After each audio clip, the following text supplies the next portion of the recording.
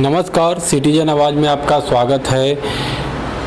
बीते कुछ दिनों से हम लोग सिटीजन आवाज़ अखबार के और सिटीजन आवाज़ वेब डिजिटल चैनल के माध्यम से हम लोग दरभंगा में और बिहार को लेकर हम लोग लगातार जो है एक स्टोरी चला रहे हैं। बात करें राष्ट्रपिता महात्मा गांधी को लेकर, महात्मा गांधी के सपनों का खादी ग्रामोद्योग को लेकर हम लोग एक स्टोरी ग्राउंड जीरो से चला रहे हैं कि क्या स्थिति है आज इतने वर्षों बाद।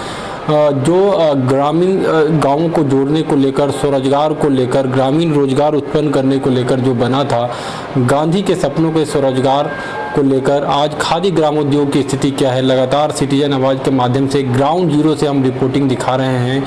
यहाँ के बिहार खादी ग्रामोद्योग एसोसिएशन संघ के अध्यक्ष अभय कुमार चौधरी जी से भी हमारी बात हुई थी इस सारे स्थिति को लेकर। अगर बात करें दरभंगा को लेकर तो काफ़ी दयनीय स्थिति है। आज उसी को लेकर चर्चा करने को लेकर हमारे साथ सीएम कॉलेज के प्रधानाचार्य विश्वनाथ झा जी उपस्थित हैं। विश्वनाथ झा, उनसे बात करेंगे, सर से बात करेंगे और जानेंगे जी कि क्या गांधी के सपनों का स्वरोजगार बनाने को लेकर जिस तरह से आज सरकारें, आज चाहे केंद्र की सरकार हो या राज्य की सरकारें हो, लगातार जो है आत्मनिर्भर बनाने को लेकर जो है बल दिया जा रहा है, लेकिन जो स्वरोजगार जो उत्पन्न करने को लेकर गांधी जी ने सपना देखा था और जो जिस स्थिति को लेकर स्वतंत्रता के समय जो स्थिति बनी थी, खादी को लेकर जो स्वतंत्रता में एक बड़ा जो है अहम भूमिका रही खादी ग्रामोद्योग की और जो है राष्ट्रीय पोशाक हुआ करता था, आज क्या स्थिति है, इसको लेकर चर्चा करेंगे सर से। सर, आपका स्वागत है सिटीजन आवाज़ में। जी, बहुत बहुत धन्यवाद। क्या कहेंगे जो स्थिति है इसको लेकर हम लोग कवरेज तो कर ही रहे हैं ग्राउंड जीरो से, लेकिन पूरी तरीके से जो है खंडहर में तब्दील हो गया जो राष्ट्रपिता गांधी का सपनों का स्वरोजगार खादी ग्रामोद्योग हुआ करता था, जिसको लेकर सरकारें जो है हमेशा से बात तो करती है। आज इतने वर्षों बाद दरभंगा में एक भी जो है मैन्युफैक्चरिंग या एक भी यंत्र जो है, एक भी कारखाने नहीं चल रहे हैं, कहीं कोई कुछ नहीं है, क्या कहेंगे इसको लेकर? लहरों ने फिर पुकारा, तट पर कैसे रुकूं मैं। तो खादी ग्रामोद्योग पुकार रहा है और मिथिला की जनता सोई हुई है। नेताओं को चादर और पाक देने से मिथिला का विकास नहीं होने वाला है बंधुओं। महात्मा गांधी जब 1934 में और बार बार दरभंगा आए तो उन्होंने अनुभव किया कि इस क्षेत्र में ईश्वर की ओर से अकूत संपत्ति है, महिलाओं में अद्भुत प्रतिभा है और सूत बनाने में उनकी तुलना किसी से नहीं की जा सकती है। और उन्होंने खादी ग्रामोद्योग संघ की सूत्रपात हुई। आत्मकथा में उन्होंने विशद रूप में इसकी चर्चा की है और उन्होंने राजेंद्र प्रसाद के संयोजन में एक समिति का गठन बनाया।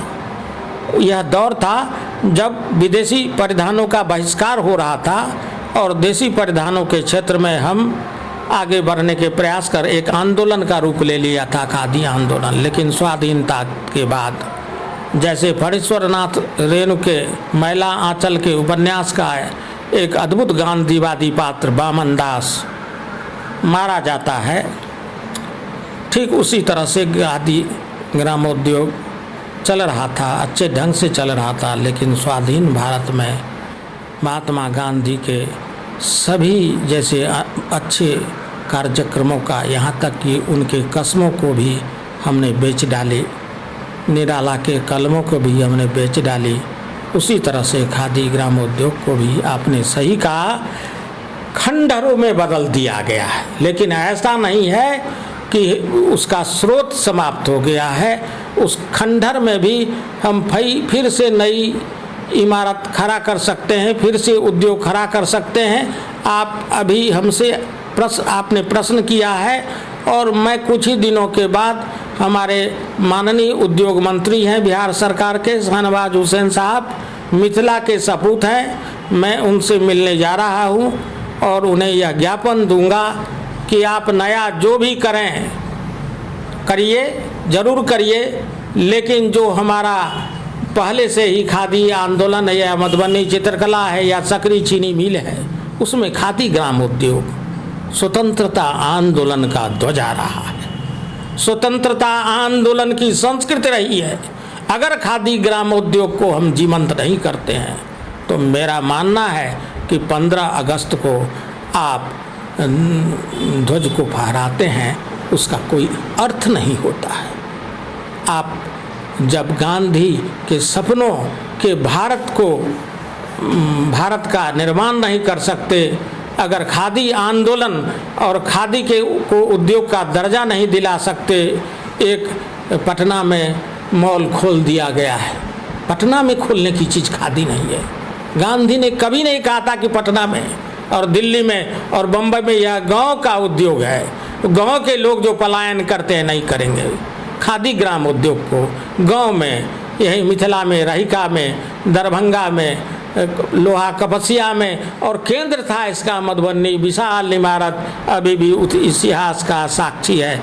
क्या मैं बिहार सरकार से, उद्योग मंत्री माननीय शाहनवाज हुसैन से और मिथिला की सोई स्वार्थपरक दृष्टि के साथ चलने वाली जनता से मैं यह उम्मीद कर सकता हूँ कि कुछ दिनों के लिए अपनी व्यक्तिवादिता से, चापलूसी से, कल जोड़ने की कला से, बड़े बड़े अभिनंदन के गीत लिखने की कला से मुक्त होकर क्रांतिकारी बने और खादी ग्रामोद्योग का जो एक विशाल और गौरवमय इतिहास है उसको हम फिर से जीवंत करें। आपको विशेष रूप से धन्यवाद।